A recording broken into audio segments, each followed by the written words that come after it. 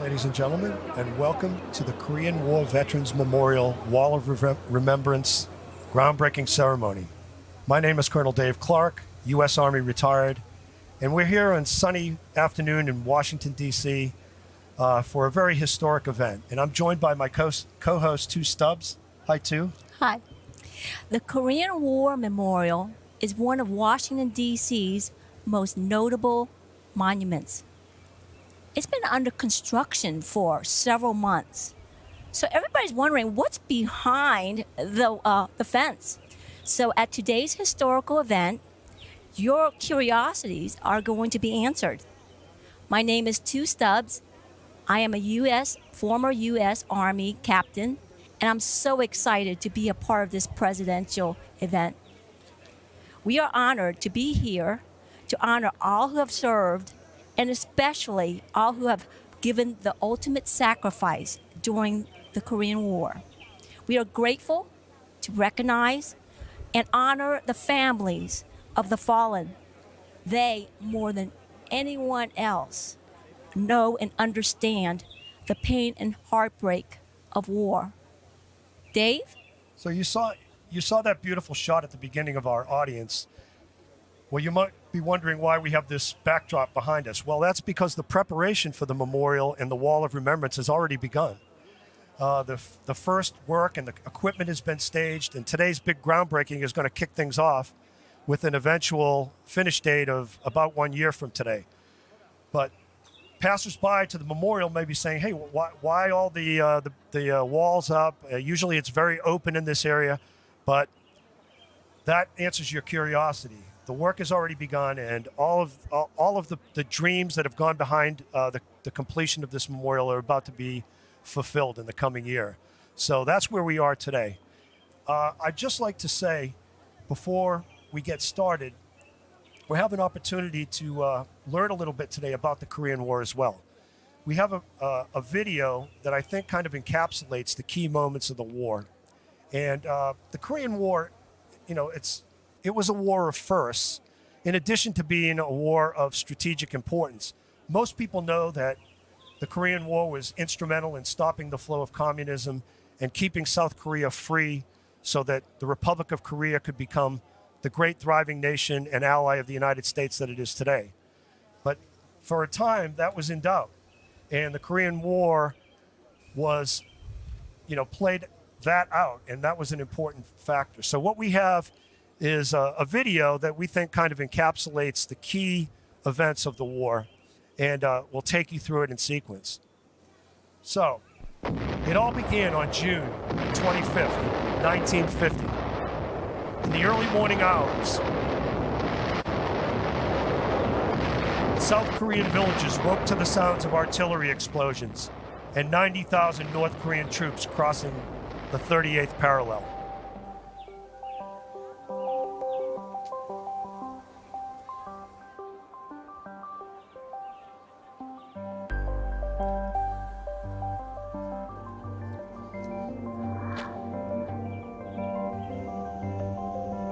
Later that day, and a half a world away, the United Nations Security Council met in emergency session and approved a U.S. resolution that called for the immediate cessation of hostilities.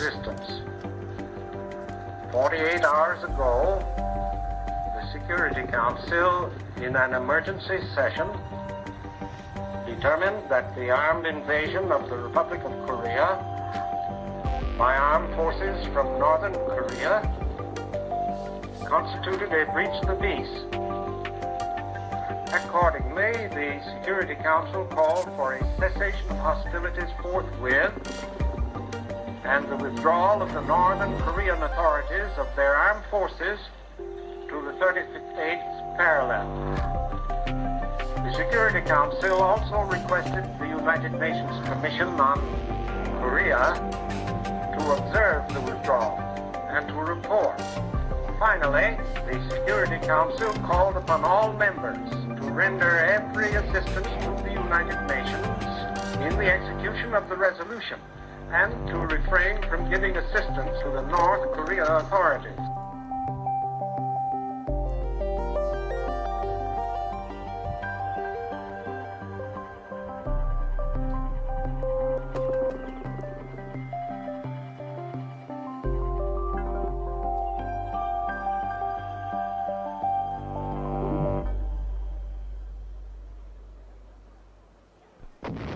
Barely 5 years after the end of World War II, America was at war again.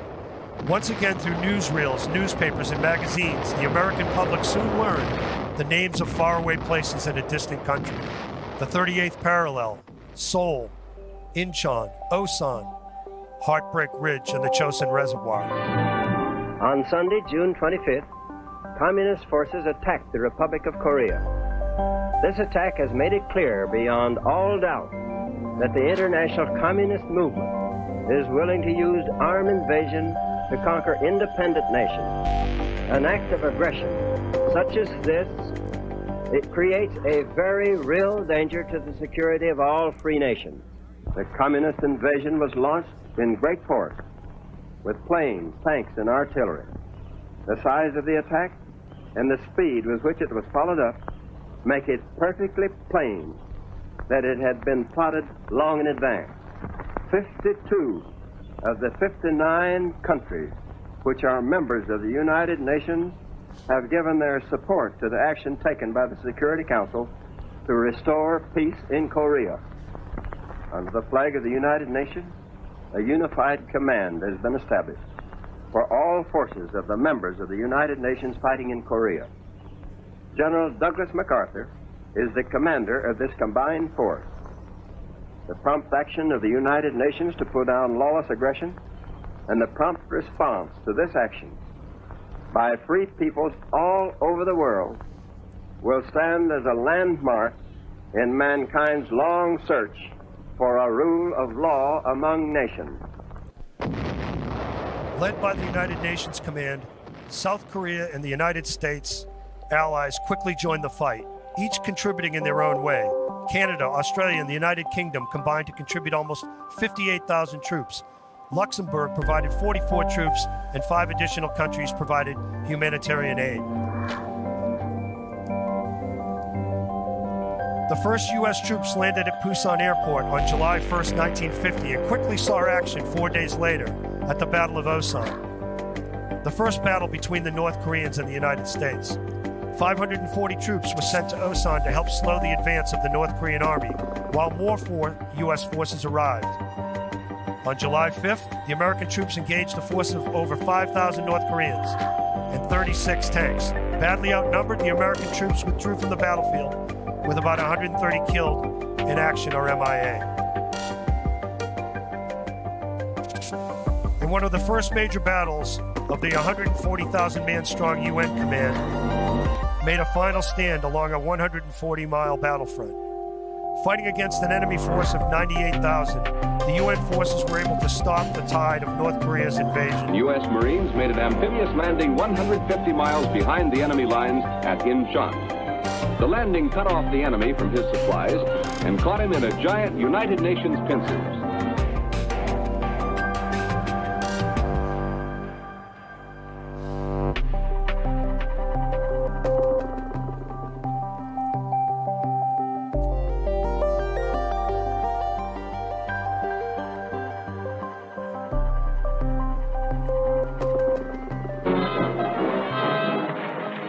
Exactly 3 months to the day after the city of Seoul fell to the communist invaders, UN forces recapture this South Korean capital. These are Marines and U.S. 7th Division troops advancing into Seoul under enemy fire.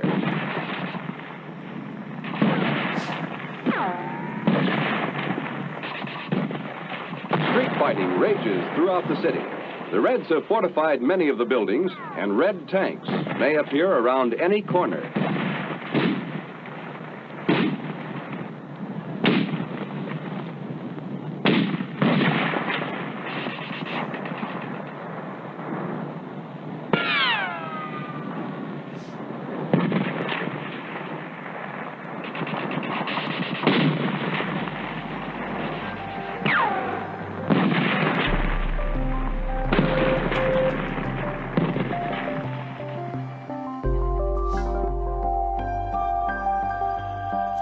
Then the fateful decision to press north to the Yalu ultimately brought China into the war.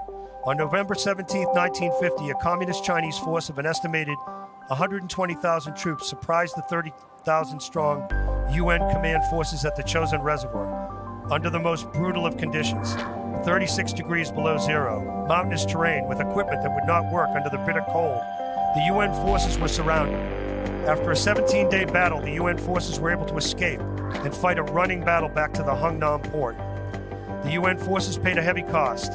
Over 1,000 troops were killed in action. Over 4,500 were wounded and over 4,000 missing. Estimates placed the Chinese losses at over 45,000 total casualties.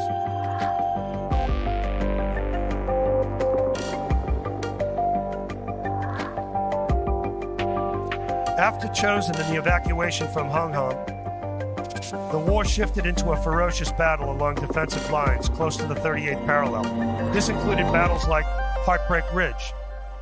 After the North Korean army withdrew from the Battle of Bloody Ridge, they reformed a defensive line about 1,500 yards away on what became known as Heartbreak Ridge.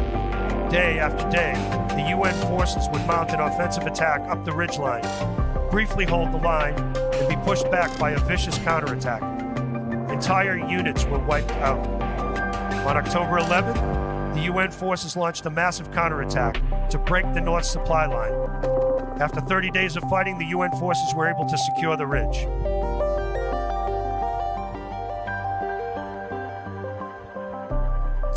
By the time the Korean War armistice was signed on July 27, 1953, over 1.7 million Americans had served in the Korean War theater. Over 33,000 had been killed in action, and 133 Medals of Honor were awarded, 95 posthumously.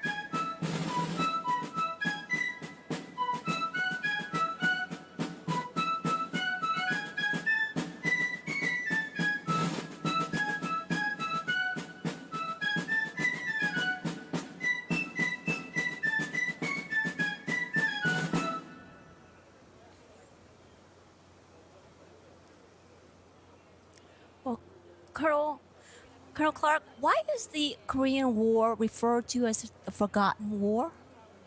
That's a really good question, there's really not a simple answer to it. We've struggled with it for decades. Some people have postulated that because it's between, the end of World War II and the start of Vietnam, that it got kind of lost in the cracks. America had come out of World War II ready to move on. Guys came home from the war. They wanted to push on with the domestic agenda. It was even referred to as a police action by the administration. So there were efforts to minimize it. And some veterans even told me that when they came home, people asked them where they had been. They didn't even realize that a war was going on or that they had been gone to war. So, wow. Yeah, it's really baffling. But hopefully things like the Korean War Memorial and a renewed interest in this subject will change that. I agree. So, as we look forward now, we have another segment that we'd like to do. This is a great video that really will take you through the entire Korean War Memorial, and I'd like to turn it over to General Tillelli.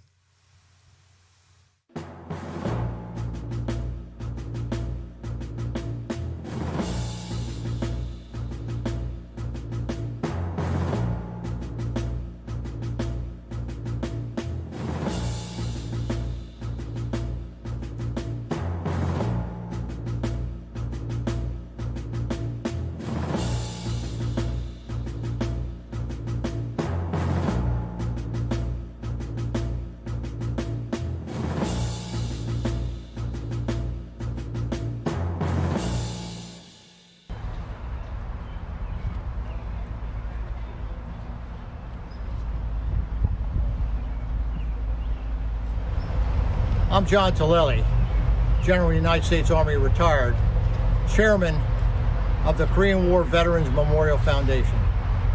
Welcome to the Korean War Memorial here on the Mall in Washington, D.C. Dedicated in 1995, this memorial gives the over 4 million visitors each year a glimpse of our nation's honor to those who paid the price for freedom and democracy in the Republic of Korea. This construction, which is ongoing right now as we speak, will be completed, and we will have a dedication ceremony about 1 year from today, in May of 2022.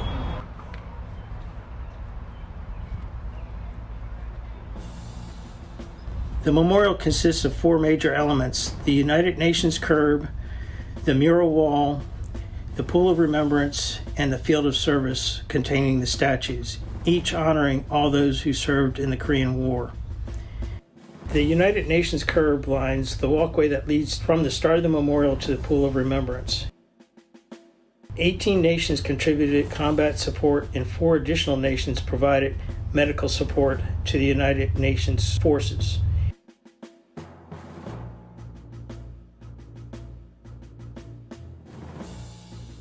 "3,300 members of the Allied forces made the ultimate sacrifice." The nations are placed in alphabetical order, starting with Australia. Australia sent over 17,000 troops to support the United Nations combat operations. 399 of them made the ultimate sacrifice, and an additional 1,200 were wounded in action. Our neighbors to the north, Canada, provided over 27,000 troops to the effort. The Allies' support was not limited to just ground troops, air support, or naval operations, but there were 5 nations that provided critical medical support. Denmark sent the hospital ship Jutlanda. It contained 360 hospital beds and was staffed to treat approximately 15,000 wounded troops over the duration of the Korean War. Luxembourg sent 89 combat troops to Korea. So as you're walking towards the flagpole, you will notice that there is one block missing of a UN curb, and this is the country Norway. And the reason why this curb is missing is just to facilitate the construction that's going to happen next week in the field of service where the statues are. The United Kingdom contributed 60,000 personnel and over 50 naval vessels, second only to the United States.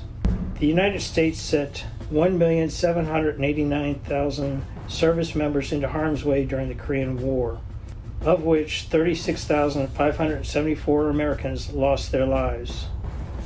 Over 100,000 were wounded. For service above and beyond the call of duty, the Medal of Honor, our nation's highest military honor, was awarded to 145 United States servicemen for service above and beyond the call of duty. The mural wall is located along the southern side of the memorial and consists of Academy black granite that ranges from 4.5 feet to 11 feet tall. There's 41 panels that have 19 different themes. There's 2,400 images of Korean War that were selected from the archives. They're grouped by their service branch, and then it was sandblasted to get the effect that you see. So if you look at the lighting just right, you'll see that there's a reflection of the statues from the field of service, and you can count that there's actually 38. They're grouped by their service branch. Their service branch is the Army, and then it goes to the Air Force, and then it goes to the Navy. Or looking at the series of panels in the Army, you're going to start to see that they start off with the chaplain corps, and it also notes the different religions of the service members that served in the conflict. As you continue down, you'll see that there are fighter jets, bombers, and troop transport planes of the United States Air Force. Now we're starting to get to the images of the United States Navy, the corpsmen, the pilots. The Pool of Remembrance is currently blocked away from view by the construction of the Wall of Remembrance. But the pool is 128 feet in diameter, and it's constructed from granite. In the Pool of Remembrance, there's a triangular section that juts into the Pool of Remembrance. This is the biggest stone of the memorial, and its list, Freedom is Not Free. The statues are the most recognizable feature of the memorial. There's 19 statues consisting of all four services on patrol coming out of a tree line in Korea, going through the rice paddies as you're going through and over the junipers. In the original design of the memorial, there used to be 38 statues, and in the final design, the number was determined to be 19. But in reality, as you pan over to the mural wall, you'll see the reflections of 19 statues. So if you see the reflections of 19 and the real statues of 19, you can get 38 statues. So as you look at the statues are 8 feet tall. They roughly weigh 800 pounds, and they were all placed in one day, April 17th, 1995. As you're looking at this statue, the Army's lead scout on point, and you'll see the radio operator and the long antenna that was critical for communications, not only along the front line, but also to the rear for supplies, food, ammunition, and transportation. The Army medic and the Navy corpsman are not carrying rifles. The Navy corpsman is not carrying a rifle, but he is carrying a haversack. Navy corpsman was always affiliated with the Marine units to help take care of their medical. Thanks for joining us today. I hope you enjoyed the tour online.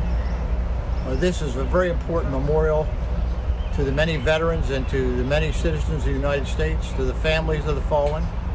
It pays homage to them. It shows the cost of war. It shows the strength and the ironclad alliance between the Republic of Korea and the United States.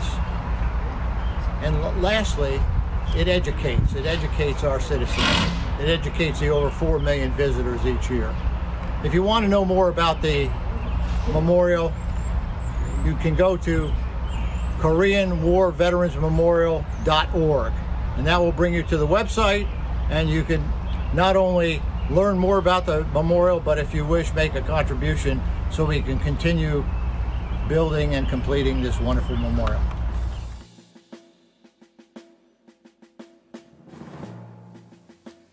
Thanks, General Tillelli and Colonel Dean, for that great walkthrough of the memorial. That was fantastic. You know, the weather today, I don't think, too, we could have had a more perfect day. I mean, this is just a beautiful spring day here in the nation's capital. And we're just so happy that you can join us from wherever you are for this historic event. We know that the crowd right now is starting to assemble outside of the on the opposite side of the fence as you see it behind us, and you know, people are starting to get in place for this big groundbreaking ceremony. As you notice, in the middle is a little trench. It's got dirt. What's really cool about this groundbreaking is the golden shovels. Can't wait to see. Right there, if you look at that, as Stu was saying, there's in that trough near the dais, there are 8 golden shovels, one of each for each of the participating dignitaries that's going to break ground for the Wall of Remembrance. So it's really pretty exciting. And you know, we were talking to each other earlier about, okay, so where do these shovels go? You know, who gets the shovels after? And you know, because these are artifacts. You know, they become pretty important in themselves. Well, definitely. Part of history. Definitely President Moon, Right. the ambassador, Governor Hogan, Right. and other dignitaries. But it's quite an honor to have this historical shovel. In addition, there will be a few reserved for the museums. That's good. Now you can see if as the camera pans back and you look at, it's. And we're gonna go to a performance that is going on right now at center stage, and we'll let you have a look at that. Wow. That's amazing. Such grace and color and beauty. Yeah, I think for those of us ex-service members who've had the opportunity to spend time in the Republic of Korea, we're familiar with Korean culture and how beautiful it is. And it's not just made an impact on the United States and in Korea, but Korean culture has been spread all over the world in the form of dance and music and even K-pop. It's become a phenomenon. This is beautiful.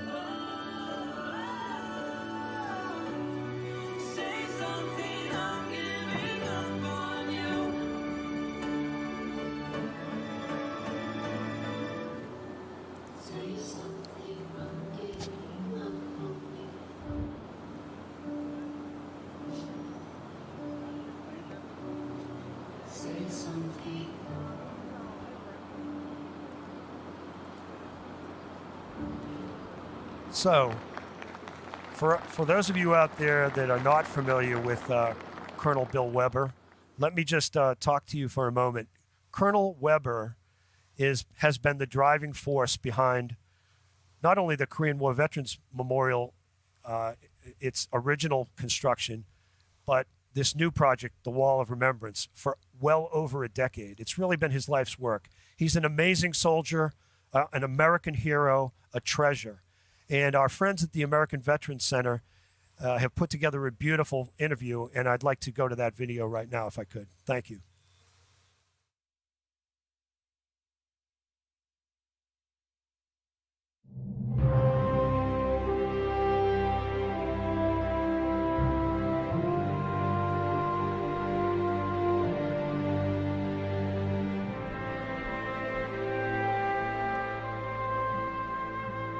Late afternoon of the 26th of June, U.S.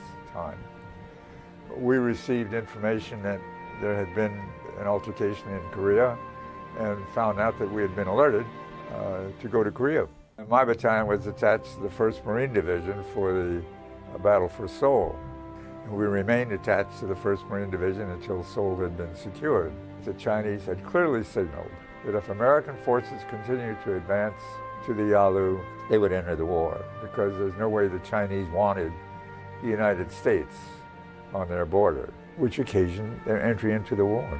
And the Chinese chose to build up north of Seoul and also in central Korea, north of Wonju. Wonju was a critical rail and road junction. MacArthur ordered 8th Army that we would hold what was called the Wonju salient. My company, and I was the company commander, we were given a mission of taking Hill 342, which was a key peak north of Wonju. 10 o'clock at night, I ordered my company to attack the 342, the main position, which was then occupied by about 2 companies of Chinese. And we successfully took the hill. They retreated to the base of the hill and were reinforced by a battalion and started a counterattack. So the fight went on all night. Around midnight, 12:30, something like that, I got hit by a grenade and lost my arm. The temperature was like 30 below zero, bitter cold.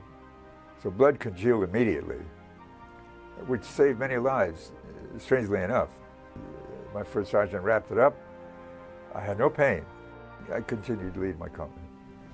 And about an hour later, I got hit again and it took the leg, which of course then put me down. My company held a hill, beat off the repeated attacks by a Chinese battalion which was 4 times that of my company. That was left of my company. I already had about 37 casualties on the hill, dead and wounded. They were the key leaders, the squad leaders, platoon leaders. They're the ones that get hit first because of their location and what they're doing. But my company held the hill. When daylight came, 342 still belonged to K Company, the 187th.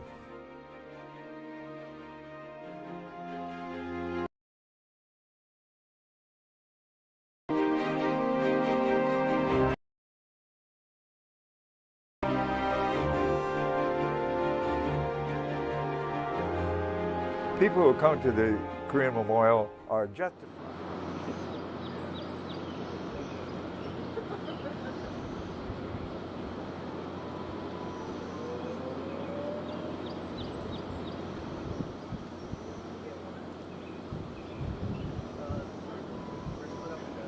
Welcome back. Poignant words from Colonel Weber, a great American soldier, suffered so much for this country, continues to give to this country, and I guess the Wall of Remembrance will be his lasting legacy. He has been the driving force, as I said earlier, for over a decade in fundraising and trying to alert the American Congress and the American people to the importance of expanding this memorial to capture the names of those that gave the ultimate sacrifice to their country. And so here we are on the precipice of that happening, and it's great. It's, Colonel Weber mentioned casualties. It's been my understanding that over 70% of the casualties actually happened in the first 6 months of the war. Right, and that period that Colonel Weber described, the breakout of Seoul and the move north, I mean, that was where he was wounded grievously with his company. That's where those casualties took place, really in that first part. And then when the Chinese entered the war right after Thanksgiving in 1950, the North Koreans and the Chinese pushed the UN forces back, and it was very, very difficult during that time.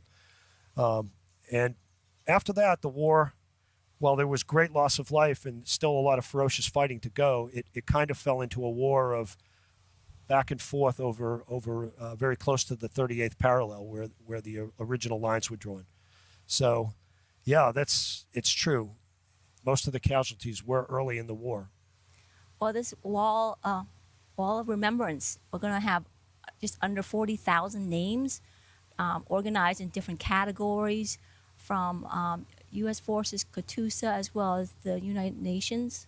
Right. This is a monumental task to put together a list of names like this.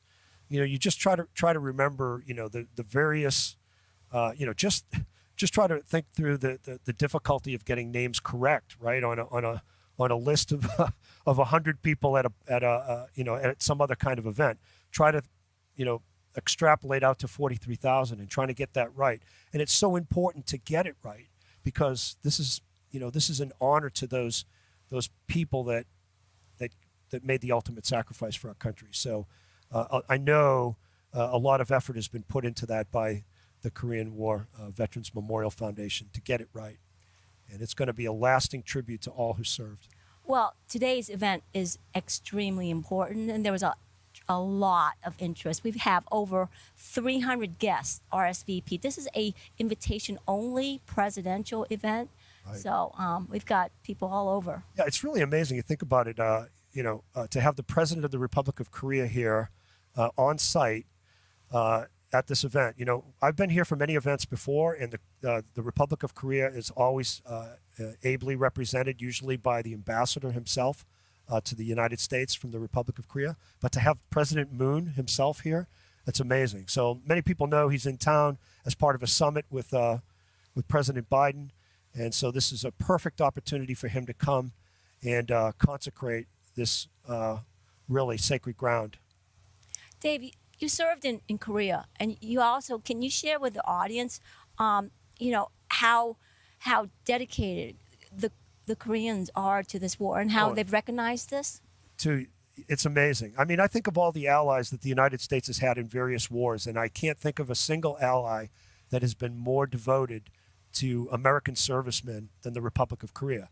They have a revisit program where they take veterans and bring them back to Seoul, treat them to several days on the ground so that they can visit the places where they fought and where their, in some cases, where their comrades fell. And it's amazing. And then the contributions are, from the Korean government have just been off the charts. And there's Colonel Weber seated at the front, a great American hero, revered by his colleagues and by those who served with him.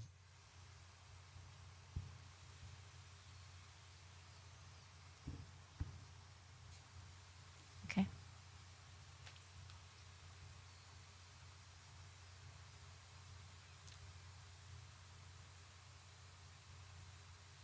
So here we have the Wall of Remembrance.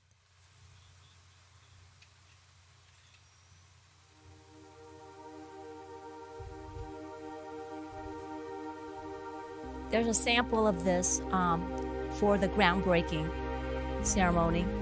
Sample of this wall.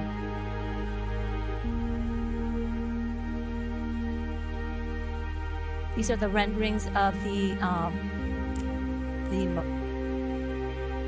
where we're sitting in front of today.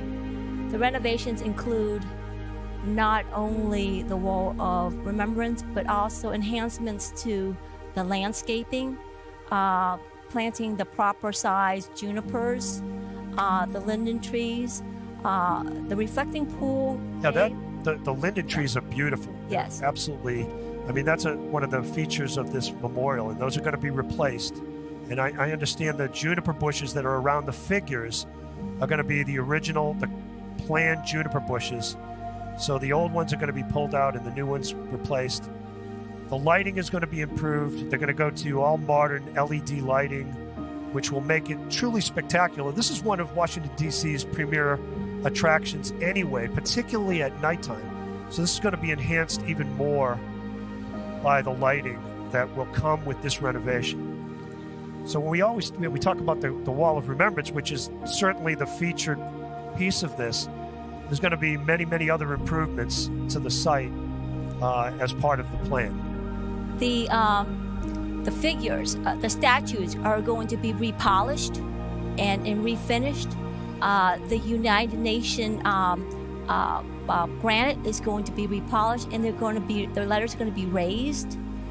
There's going to be substantial improvements to the foundation, because the previous Pool of Remembrance was actually settling. Right. Yeah, it's after 20 years, I think what they didn't realize was just the amount of weight that some of those structures had, and I was talking to some of the workmen earlier, and they said that it had already settled about an inch in 20 years. So under the renovation, they're going to put in some new piles and structures that are going to keep the walkways stable over the years. So it really should be remarkable. And when it reopens, scheduled tentatively for the 27th of July, 2022, which commemorates the signing of the armistice to end the Korean War, it should be spectacular. I can't wait. I hope you guys will join us in the summer 2022. Will be something. It Yes, really will be awesome. something. So, we wait, and this has been a wonderful afternoon already. I hope you've enjoyed your time with us. We are about 30 minutes out right now, I think, from the arrival of the official party. So I hope you'll stay with us. We have several other things that we would like to talk to you about as we get ready for today's historic ceremony. And first up, I don't know how many of you are familiar with Korean augmentation to the United States Army, but for those of you who have served in Korea at any time, they're commonly called KATUSAs. And KATUSA soldiers are Korean nationals who serve in the U.S. Army ranks, and actually they work hand in hand with their U.S. Army compatriots. And as the battalion commander in Korea, I had the benefit of having several KATUSA soldiers work for me, and they were wonderful soldiers. They helped my soldiers culturally. They helped with interpreting. They helped with a number of things in the battalion. Well, their lineage goes all the way back to the Korean War, where they fought bravely side by side with our UN service members. So I'd like to turn now to Tu, and she's going to interview one of our KATUSA, former KATUSA soldiers. Yes, yes. All right. Well, welcome, sir. Thank you so much for giving us this interview. Can you tell us a little bit about your service, what your unit was, and what did you do? Yes, actually, he explained about KATUSA very well. Thank you for to explain about nicely. My name is Kwang Chul Yangs. I served in 1990 to 1992 in 2nd Infantry and 503rd Infantry. KATUSA is not only to help the U.S. Army, also we try to help the U.S. soldier to understanding Korean culture. And during the missions, for example, when I was in the Panmunjom with patrol the Panmunjom area, DMZ we call, and I'm the only one person can read the minefield and the dangerous sign. So without me, they're gonna be in the danger. So the KATUSA helps the mission too. Right. So KATUSA is not only a soldier for fight for freedom. So we have to a bridge over the both nations, Korea and South Korea and the United States. Yeah. So can you share with us how a KATUSA is chosen for that assignment? Yeah. First of all, I'm interested be a serve U.S. Army. So we actually test to become the KATUSA, and I'm so in honor to be a part of the KATUSA, and also during the Korean War, about 8,000 Korean the KATUSA were killed in action. So a few years ago, they calling their name in here, and about now they put the senior KATUSA person who died during the Korean War put in the war. So honored, so proud, and to the past the KATUSA members. So once again, thank you for inviting us, and thank you for doing this one. Well, I think it's just wonderful that finally the KATUSA's contribution is being recognized, and it's going to last. Yeah, it is. It's one that will last for all time now. It's going to be engraved on the wall. Those names will be there forever. Yes. Next to their UN comrades. Yes, I want to tell my son and daughter, and the other generation over and over, who especially Korean American who live here, we're so proud. We became a part of our teams. So thank you for also again. So I represented to the old KATUSA. We are so happy and so honored to doing this kind of events. Thank you so much for your service. Thank you. Thank you. How many KATUSAs are presently alive? About now, you mean who served in during the Korean War? I'm not sure, but we have some of us actually KATUSA members in around this area too. So only maybe less than few hundreds the soldiers still survive. But each year now new KATUSA about 2,000 to 3,000 soldiers and new KATUSA member they training they became a KATUSA member as well. Yeah. Thank you.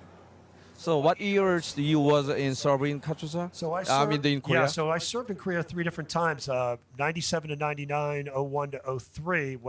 That's when I had KATUSA soldiers in my unit from 2001 to 2003. See, I'm dating myself now, and that's very dangerous. So how do you think of a KATUSA soldier? You think they're good? Yeah. They were absolutely essential to our mission. We couldn't have done it without them. And I want to say I had about 12 KATUSA soldiers in my unit. And my unit wasn't a large unit, but they were vital to my mission. So it was very important that we had able KATUSAs, and they were the creme de la creme from Korean society. Yeah. They were handpicked. Yeah. And I think the same was true in the Korean War. That's why they fought so gallantly. Yeah. What type of criteria would be, important to get selected to be a KATUSA? What's very important? The top 3. First of all, you of course you have to test the English test. Okay. Pass the English test. Yeah, very hard. I'm still trying to pass that. Yeah. then of course, so after the pass the English test, we going to the the KATUSA Academy. You have to graduate, so you have to learn how gonna work with the U.S. soldiers. Right. And also be the KATUSA need the love of both country, the Korea and United States, so we can help each other. So you mentioned about the Colonel William Weber. He's a good friend of mine. He always say go together, 같이 갑시다. He always say to me, 같이 갑시다. It means go together. So he always mentioned to me. Even today I met him. He say that too. Well, I remember from the earliest days when this monument was first being conceived, he insisted that the KATUSA names be on that monument. Insisted upon it. Wow. So I know Colonel Weber, how he feels about KATUSA soldiers. Yeah. Yeah. And that goes back now 12 years when this was first being conceived, right? Okay. So Right. it's been wonderful. I'm so glad you were able to join us today and Oh. tell us, because a lot of Americans don't really understand the relationship. They wonder why would these foreign names be on an American memorial? Well, there's a reason for it. Oh, These were special soldiers. These were Oh. Yeah. special individuals who, like their comrades, made the ultimate sacrifice. Okay. Thank you. I'm curious about the academy. How long did the academy last, and what type of skills did you learn? Yes, the Korean soldiers, the first time training 2 months in Koreans, the base camp, the trainings in the Nonsan. After that, we went to the Pyeongtaek, used to be, but I'm not sure they changed. But another 2 months the training. So we kind of 4 months basic training. People actually go to the right unit. Yeah. Wow, 4 months. That's absolutely fascinating. So thank you so much for joining us today. Thank you. It's been a pleasure. I hope you enjoy the ceremony. I'm sure you will. I do. Thank you for your service. Oh, Yeah. my pleasure. Thank you. Thank you. Thank you very much. Bye. So, okay, so in the distance, we're hearing the first notes of the band who are getting ready to perform out front, which is wonderful. The audience that's out there, this is the U.S. Army Band from the Military District of Washington, and they are performing right now. And as we move into our next segment, I would just like to say we're going to talk a little bit of. Excellent. Before we move into that segment, we're going to take a short break and enjoy the music.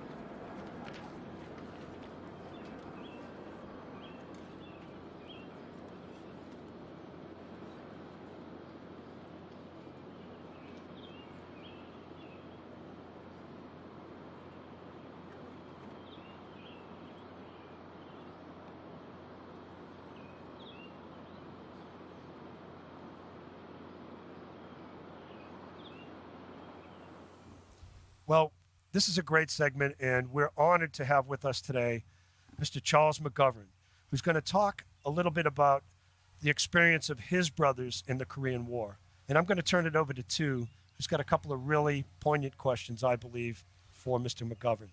Mr. McGovern, thank you so much for attending this event and welcome. We have a couple of questions we'd love to get your thoughts on and your memories. Can you tell us about your brother's service in the Korean War or your memories of your brothers? I think it's hard for me to respond to that because we were home. The only thing we got from them were mail, once in a while.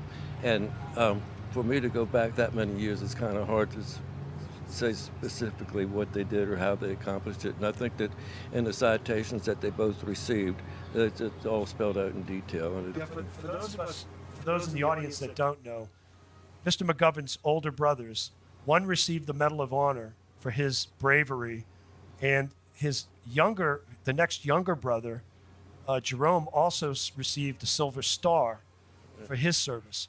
So their bravery is off the charts, and their sacrifice for their colleagues is something that those of us who've been in uniform and served realize just how great an honor that is, and what a sacrifice. The fact that they died within 11 days of each other, played into it too.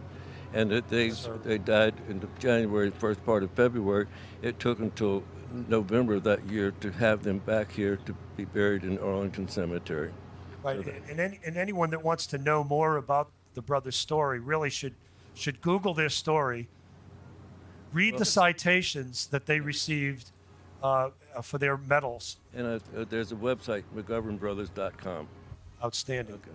Outstanding, because it's a great story, and it's one that needs to be told and needs to be known by future generations. Yeah. Next. And sir, what is the Wall of Remembrance? Why is it going to be special for you, important to you? Okay. We were in Korea in June 2,000 years ago. And I just said that I was to give a speech that night before this huge audience of Koreans and all that stuff. I was so nervous, I sounded like Daffy Duck, But the one thing I did get out is that it was an old saying, and I don't know the origin of it, but it goes to the fact that a man dies twice. The first time that man or person dies, it's because the soul or the spirit leaves the body. And the second time that a man dies is when nobody or no one ever mentions the name again. And I say that what you have to do is repeat the names, say the names over, and louder and clear so they're never forgotten. And in a sense, I think that this wall with these names are in a way continually speaking to the people. And generations from now, people will be able to see that wall and find out about all these people that made the ultimate sacrifice. Well, Mr. McGovern, I would say that the names of Robert and Jerome will never be forgotten. They will be spoken. They will be part of that wall for future generations. Yeah. Yes. Well, what do you want your grandchildren and the future younger generations to remember about the Wall of Remembrance? I think the people that are represented on that wall were the ones that helped to save a nation. They saved South Korea as a country. And like I said, that I had Koreans over there 2 years ago take me aside. I had military from the U.S.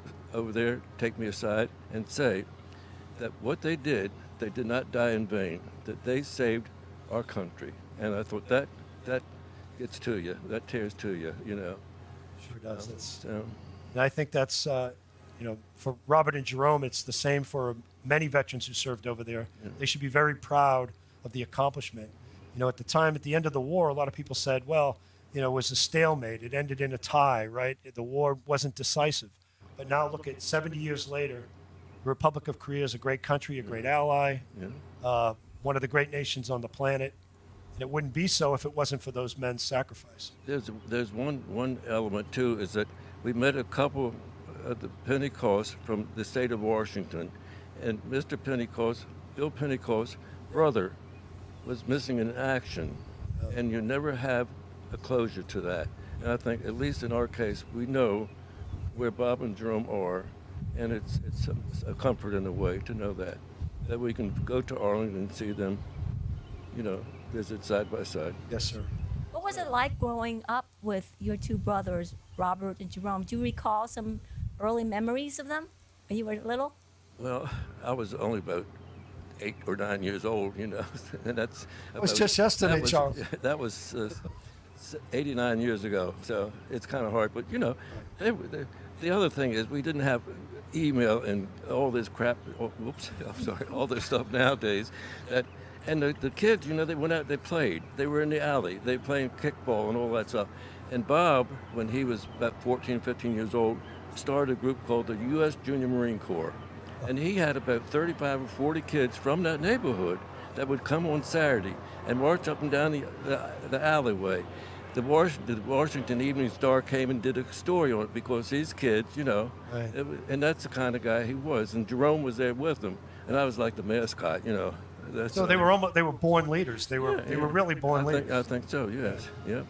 So It's really an amazing story. yeah, well, And I guess it can't be said enough that for future generations now, their names will be inscribed on that wall forever. They will not be forgotten. well, that's why I've established that website. Just an effort to keep the legacy alive. Absolutely. So Well, thank you so Thank you much. very much, sir. Thank you for very much. joining us. Yes. okay, thank you for And having me. enjoy the ceremony today. Okay, thank you for having Right. me. Thank you, sir. And now another performance from our Marine Band.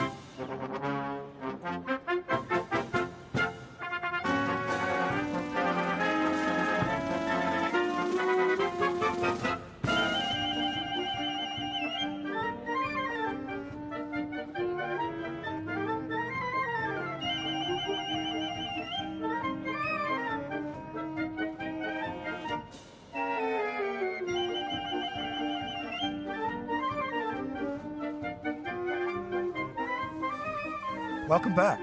And what we'd like to do now is take you to a really interesting video. It's called Profiles in Valor. It's performed by Mr. James McGovern.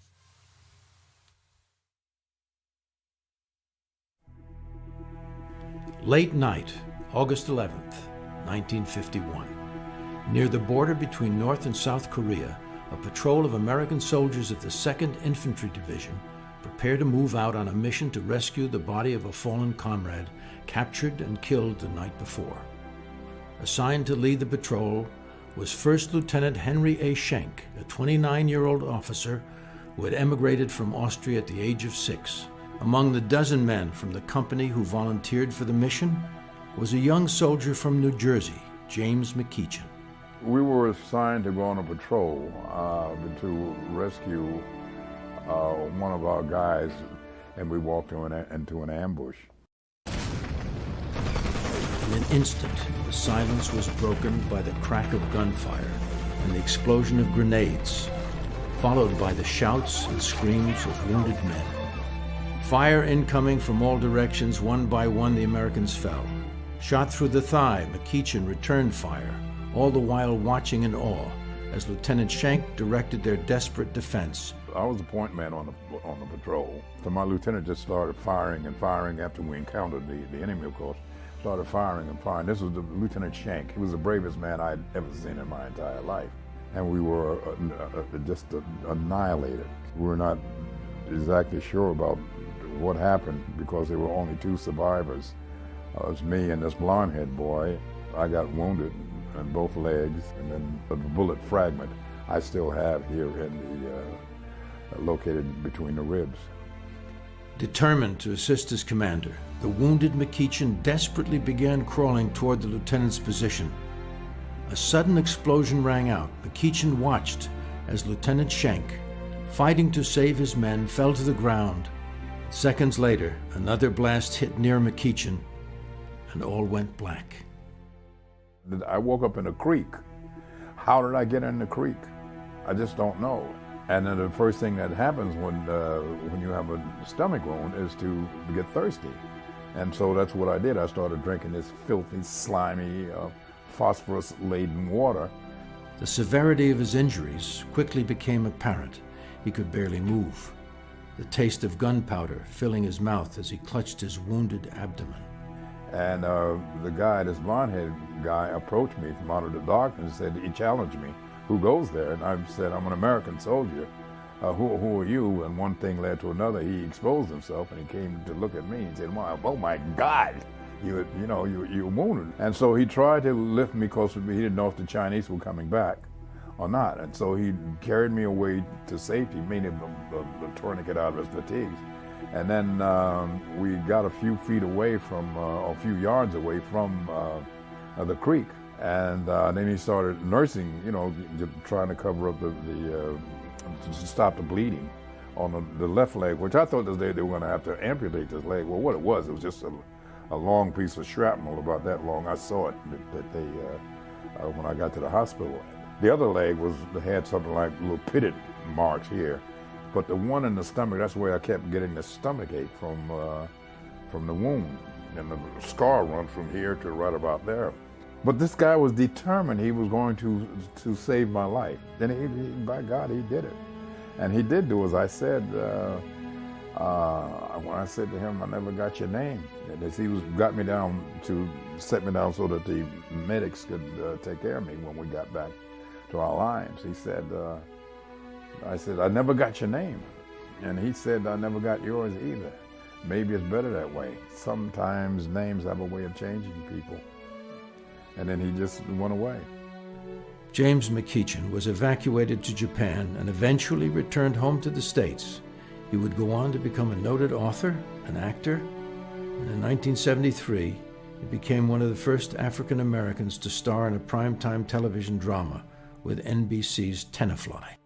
He never learned the identity of the soldier who saved his life, the only other man to survive the patrol. 54 years after his action, bullet fragments still lodged in his ribs, James McGovern's contribution would also be more fully appreciated. as he was awarded the Silver Star to go with his Purple Heart. I didn't deserve it. Lieutenant Schenck deserved it.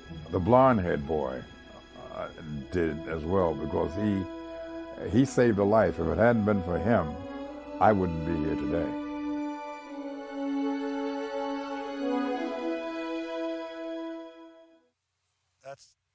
That's an inspiring video. Wow. And now we have another great message, this time from the Governor of Maryland, Larry Hogan. Hello, I'm Maryland Governor Larry Hogan. The First Lady and I are proud to join all of you today for the Korean War Veterans Memorial Wall of Remembrance groundbreaking ceremony. This new wall is yet another reminder of the immeasurable cost of war and the immense price of freedom. More than 36,000 Americans made the ultimate sacrifice during the Korean War, including 531 from the state of Maryland. Today and every day, we remember the great sacrifice of these American heroes. And thanks to this wall of remembrance, these heroes' names will never be forgotten. Thank you. Thank you, Governor Hogan and Ms. Yumi Hogan and the state of Maryland for being the first state to donate $250,000 to the Wall of Remembrance. And now we're hearing some sirens, too. Yeah, wow. Which means the motorcade is getting close. We think the dignitaries are arriving, President Moon. So we're going to take a look and see what we see out on the main thoroughfare. Can't wait. Yeah, so I think what you're seeing now is the motorcade pulling up and the arrival of some of the first dignitaries. General Tillelly, as well as the Secretary of Defense, Honorable Lloyd Austin, are there to welcome the motorcade. Right. The list of luminaries here, it's really pretty impressive. This is to have the both the President of the Republic of Korea and our senior Department of Defense official on site is that's a pretty high list of dignitaries to have highlighting our event. So the entourage is now moving from the thoroughfare on just opposite the monument and up the main passageway into the Korean War Memorial. Governor Hogan and First Lady Yumi Hogan of the state of Maryland are also part of the entourage. You can see them now moving past the military guard and ultimately moving to the wreath laying location at the apex of the Korean War Veterans Memorial.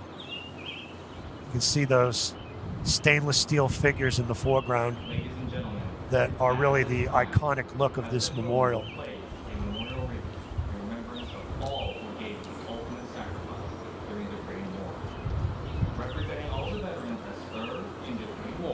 Our Korean War veterans, Dr. James Butcher and Mr. Kyung-jun Son. 신사숙녀 여러분, 문재인 대통령님께서 전몰 용사들을 추모하기 위해 헌화를 하시겠습니다. Some of the dignitaries, their arrivals are being announced. Ladies and gentlemen, please rise. 신사숙녀 여러분, 모두 자리에서 일어나 주시기 바랍니다.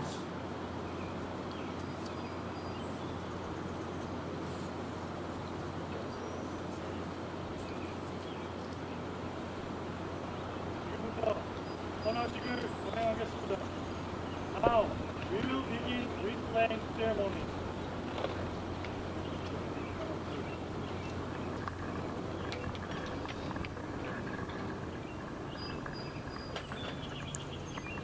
At this time, President Moon will place a memorial wreath in remembrance of all who gave the ultimate sacrifice during the Korean War, representing all the veterans that served in the Korean War are Korean War veterans, Dr. James Butcher and Mr. Kyung-Joon's son.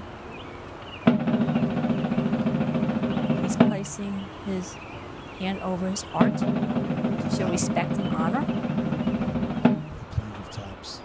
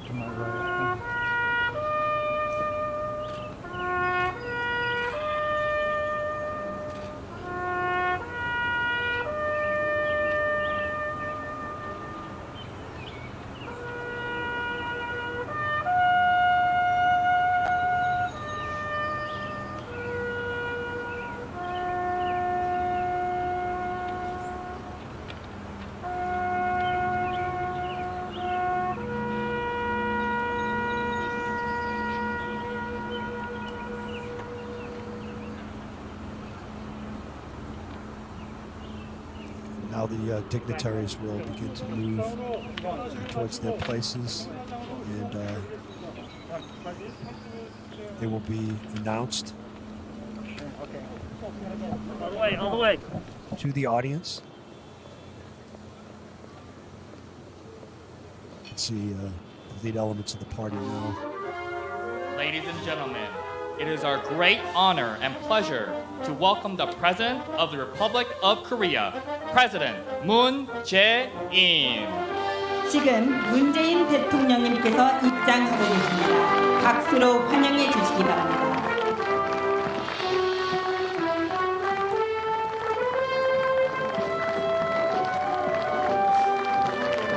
Please welcome the representative for the United States, Secretary of Defense, Lloyd J. Austin III. General Austin. Please welcome General John H. Tideli, Chairman of the Board of Korean War Veterans Memorial Foundation. Please welcome Minister Hwang Ki-chul, Ministry of Patriots and Veterans Affairs. Please welcome Governor Larry Hogan and First Lady Yumi Hogan, State of Maryland. Please Governor welcome Hogan. Acting Assistant Secretary of the Department of Interior, Shan Estaños.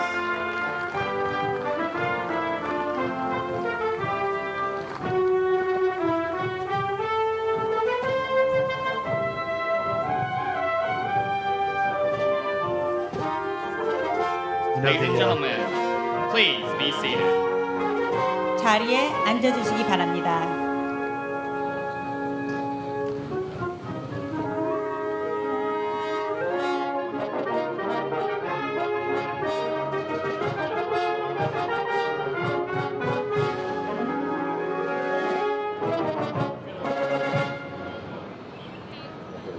Good evening, ladies and gentlemen, and welcome to the Korean War Veterans Memorial.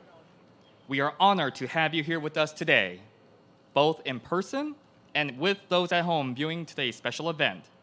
My name is Larry Henschel, Korean name Lee Seung-jae, and I will be your Master of Ceremonies for today's event, accompanied by Miss Hannah Kim, Korean name Kim Ye-jin. 여러분, 6.25 참전 기념비에 오신 것을 환영합니다. 저는 오늘 행사의 사회를 맡은 해나 킴입니다. 저와 함께 사회를 보시는 분은 레리 헨셜입니다. Today, we are here to remember and honor all those who gave the ultimate sacrifice during the Korean War, and to thank the families of those who gave the last full measure of devotion. No matter what we do or say, it will never be enough to say how grateful we are for their ultimate sacrifice. 오늘 우리는 6.25 참전 용사분들의 숭고한 희생을 기리고 헌신하신 가족들에게 감사를 드리고자 이 자리에 모였습니다.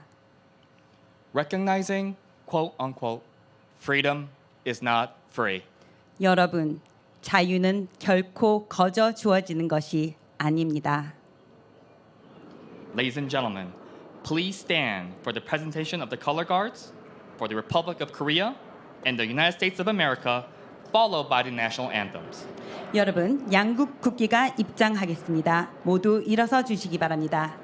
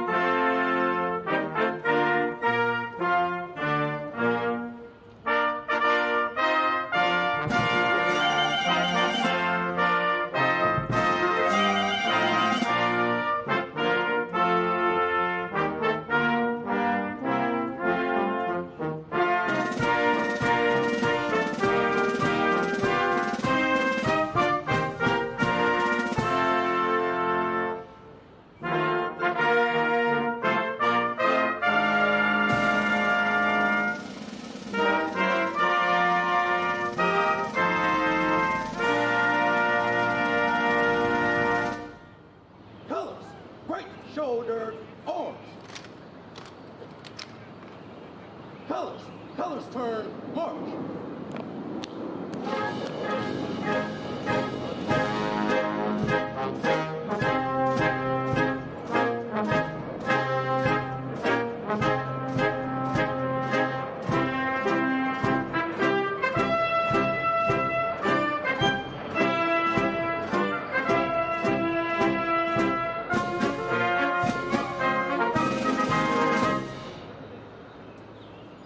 Ladies and gentlemen, please remain standing for the invocation by Chaplain Kynard. 잠시 후 키나드 목사님의 추모 기도가 있겠습니다.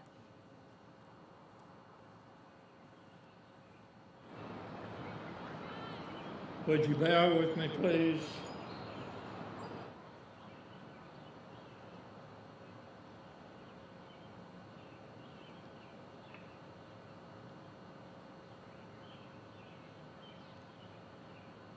Our gracious Heavenly Father, we come to you with thankful hearts on this special day and in this special place to commemorate the end of one journey and the beginning of another.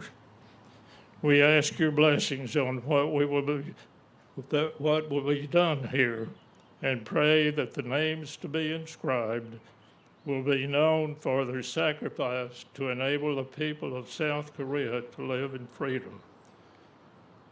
We have said many times that freedom is not free. The names here will ring that truth forever. Father, we know this day would not be possible without the diligence and perseverance of Colonel Bill Weaver and the others who saw the need and worked to make it happen. Be with us now and help us all, both here and around the world, to know this is a significant achievement, to remind us of those who paid the ultimate sacrifice over 70 years ago. In his name we pray. Amen.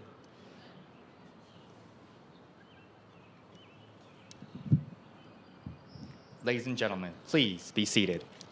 자리에 앉아 주십시오.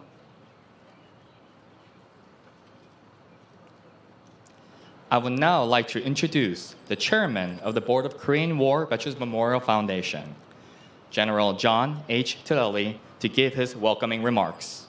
이어서 재단 이사장이신 틸렐리 장군의 환영사가 있겠습니다.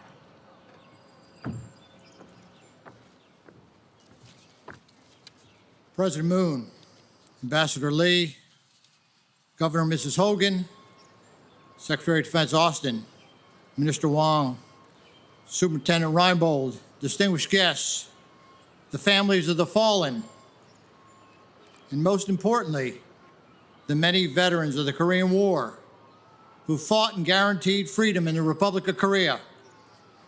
Welcome this groundbreaking ceremony of the Korean War Veterans Memorial Wall of Remembrance. As chairman of the Korean War Veterans Memorial Foundation, I'm honored to host this momentous event. The groundbreaking of the Wall of Remembrance addition to the Korean War Memorial, which will add 100 panels with the names of 36,595 Americans and 7,174 Korean augmentees to the United States Army who were killed in action during the Korean War 1950 to 1953. It will be a physical manifestation of the strength of the ROK and U.S. alliance. It will educate over 4 million visitors here each year on the cost of freedom and the cost of war. And most importantly, it will honor and pay homage to those who paid the ultimate sacrifice, their lives for freedom. I personally wish to thank President Moon for his unwavering support of this project.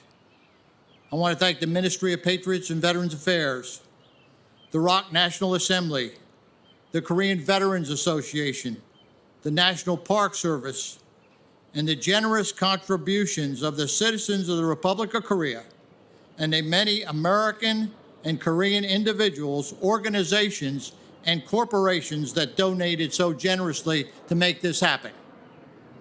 Without your continuous generosity, the dream of our Korean War veterans could not become a reality. As you can see, the Wall of Remembrance is under construction. This symbolic groundbreaking turns a concept, a dream, into reality. We are hopeful to have the dedication of the completed renovation and the Wall of Remembrance in May of 2022. Thank you all for being here. Kachi Kapshida.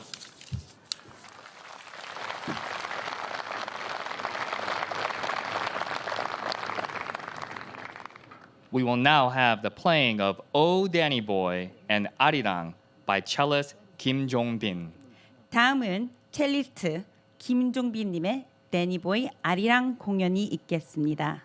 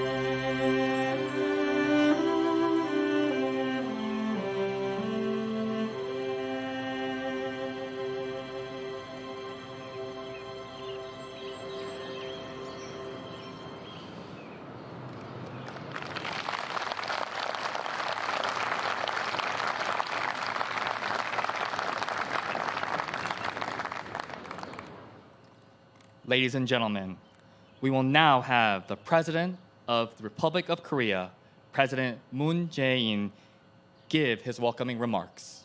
여러분, 문재인 대통령님께서 기념사를 하시겠습니다.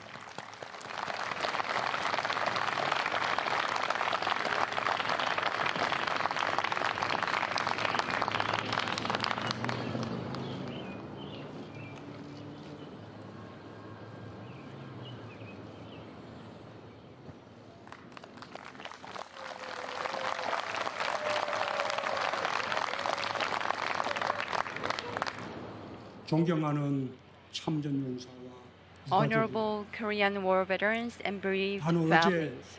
Yesterday, as I was visiting the Arlington National Cemetery, I realized while the life of individuals is respected, those who dedicate themselves in the service of their neighbors and communities are bestowed the highest honor and courtesy, the very root that firmly undergirds America. There, I encountered the spirit that defines America, which guided the world towards freedom and peace. 71 years back, young men and women of America came in a heartbeat to the Korean Peninsula in the thick of gunsmoke. They were the sons and daughters of America who answered the call to defend a country they never knew and a people they never met. The descendants of the founding fathers of your great country. Thanks to their devotion and sacrifice, the Republic of Korea could safeguard its freedom and peace and become a prosperous nation that it is today. We're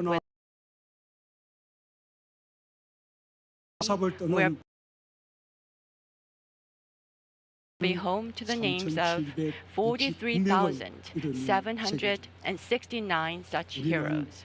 Now, their courage and commitment shall live forever, deeply ingrained in our memory. In 2018, I gave my word to the UN War veterans that a wall would be built to remember their names. 3 years later today, I am immeasurably touched that the promise has been kept.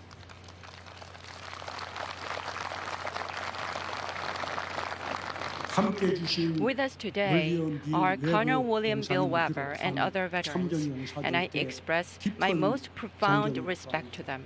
As the President of the country that you fought for, I say this without a doubt. Your selfless service was never in vain. To the family members who still hold their loved ones dear to their hearts, I offer my warmest condolences.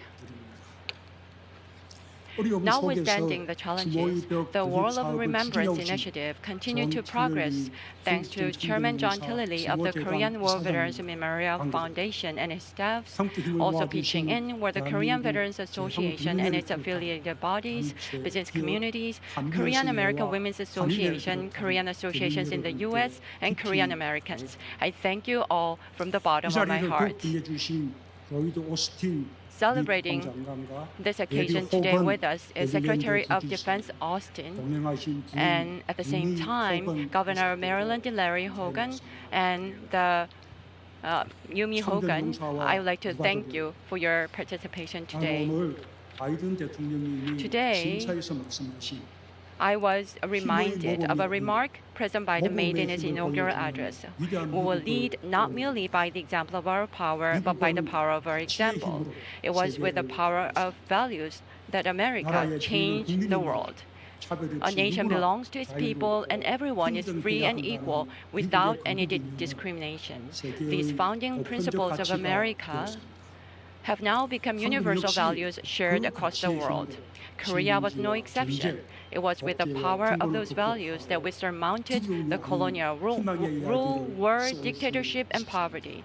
Not a tale of fear, but one of hope could be written. During the most trying times of the war and Reconstruction, it was the Korean War veterans who stood by our side. As struggling as we were to rise above the ashes of the war, General Richard Whitcomb was the one who reached out to firmly hold our hands. War is done by weapons, and it remains undone unless it is done for the people in the country.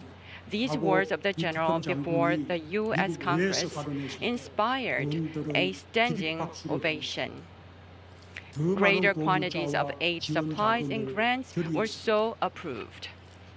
General Whitcomb, who touched the hearts of Koreans, is now resting in peace in my hometown of Busan, honored at the world's only UN memorial cemetery, alongside his 39 fallen comrades who loved Korea as their own. Blood and sweat, as well as friendship and commitment of the veterans, were what gave birth to our alliance that continues to evolve, connecting peoples together, uniting values as one. American servicemen in Korea follow in your footsteps and continue to uphold the values of solidarity and friendship. The ROK-US alliance is no longer a simple military alliance. Across the full spectrum of politics, economy, society, and culture, it's now evolving into a more comprehensive alliance. Freedom, democracy, rule of law, and human rights are the shared values that we defend, and in so doing, we're striving towards the most exemplary alliance in history, the one of greatness. The world is now faced with a common crisis triggered by an infectious disease and climate change. Yet we have for ourselves the power of solidarity and cooperation. And this very power inspires us to stay hopeful each and every time. Build Back Better is giving such hope not only to Americans but also to the entire humanity. The U.S. and Korea at every painful turn in history and every moment of glory have always been there for each other. As we continue to move forward, Korea and bereaved families. On my first overseas trip as president, I visited the Jangjin Reservoir Battle Memorial. The peoples of Korea and the U.S., truly humbled by the courage and noble sacrifices of the Jangjin battle heroes, came together as one. They lifted each other's spirits and found comfort in one another. Last year, the remains of the 5 heroes who had been uncovered were repatriated to the United States by Korea with the utmost courtesy. While bidding farewell to the war heroes as they returned to the embrace of their beloved families, the Korean people too were left with profound emotions and a sense of relief. Until the very last one finds his way back home to the love of his family left behind, the Korean government will continue doing its utmost. Just as last year, we're deploying 100,000 people this year to 41 locations, including the DMZ, to search for the remains of fallen soldiers of the Korean War. Since the first U.S.-North Korea summit in Singapore in 2018, North Korea turned over 55 boxes of remains to the U.S. And of these, 74 servicemen were identified. To bring back the brave warriors laid to rest on the North Korean soil to the warmth of their family, we will continue striving to keep the dialogue going with North Korea. On the Korean War contemplative bench at the Arlington National Cemetery, inscribed there are the words, "The beginning of the end of war lies in remembrance." We shall never forget the selfless service of our heroes. We shall also remember the sorrows of the families who lost their heroes. In 2022, when the wall of remembrance will stand tall before us, I hope for the future generations of the U.S. and Korea to meet these unsung heroes by their great names. In 1950, in a land he never knew, but only for the love of his country and mankind, a soldier charted the path to freedom and peace, whose name will be long remembered as part of great history. The Republic of Korea will continue to honor the invaluable sacrifices our war veterans made. May the heroes rest in peace. And I wish everyone here good health and happiness. Thank you.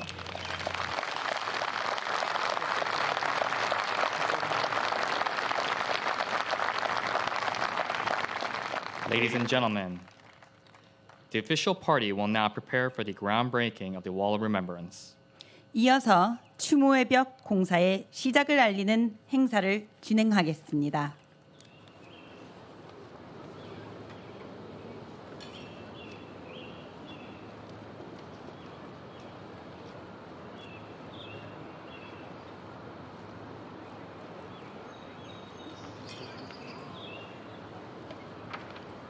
Ladies and gentlemen, please direct your attention to the replica of the Wall of Remembrance.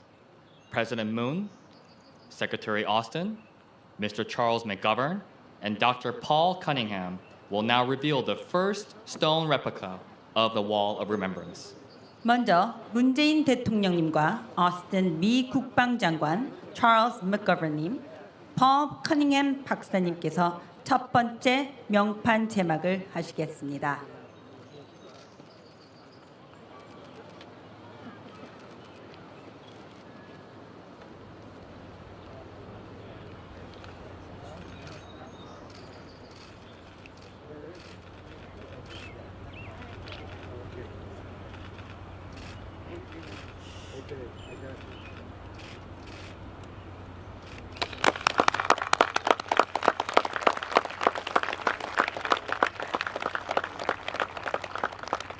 Ladies and gentlemen, please direct your attention to the ceremonial box as Chairman Tonelli, Governor Larry Hogan, Superintendent Jeff Reinbold, Colonel Weber, Chairman Sun, and Secretary Hwang Gi-cheol, with Ambassador Lee Soo-hyuk, will now conduct the official groundbreaking for the Wall of Remembrance. 이어서 귀빈들께서 시삽을 하시겠습니다. Now put your shovel back in and pick up the tank.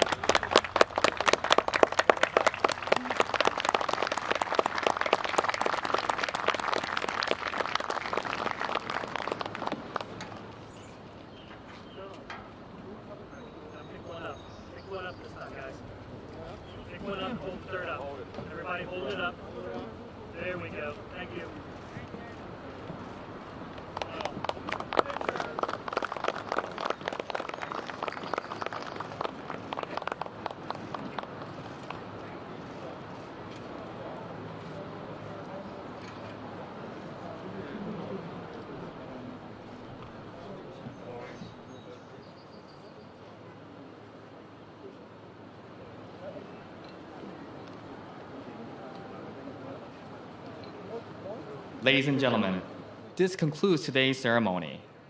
Please remain seated until the official party has departed the area. 신사숙녀 여러분, 이것으로 오늘의 행사를 마치겠습니다.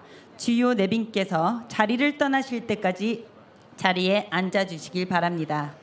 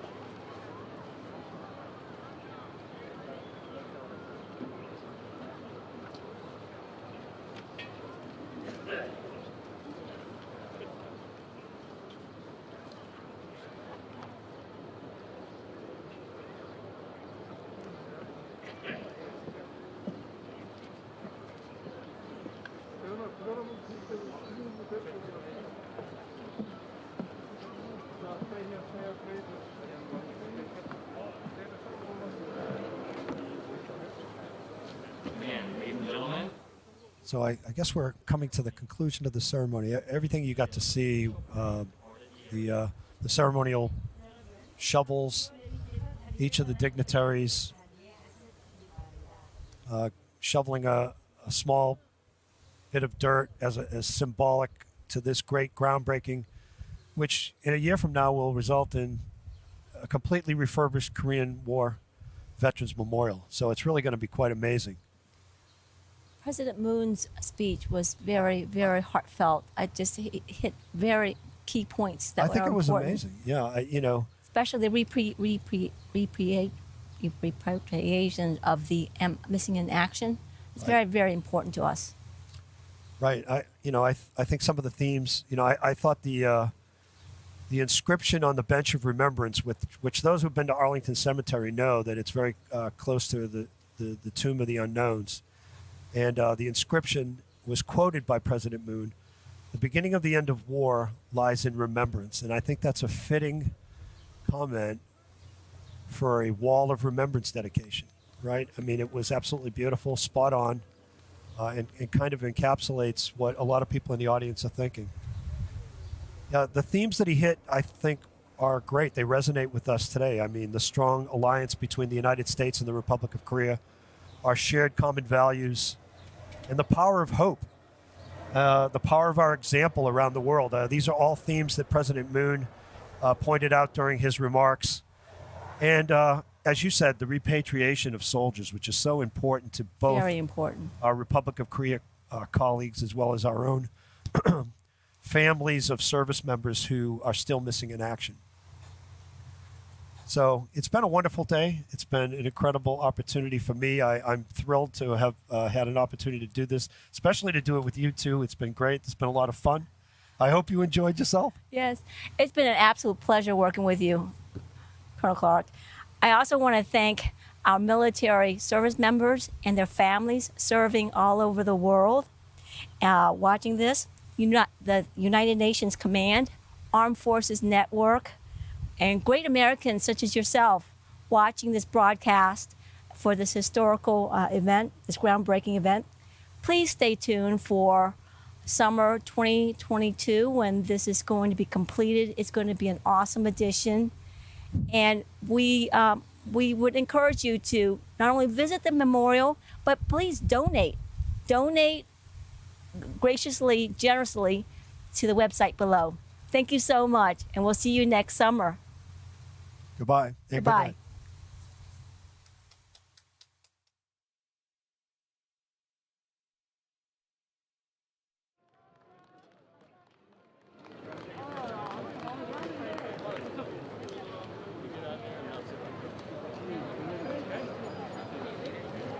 Ladies and gentlemen, the official party has departed the area. You are free to depart at this time. Please remember to leave all headsets on the chairs. Okay, look this way, Mr. McGovern.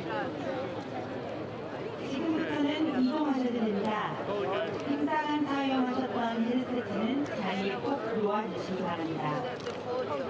Thank you for attending this historical ceremony and have a great evening. May God bless.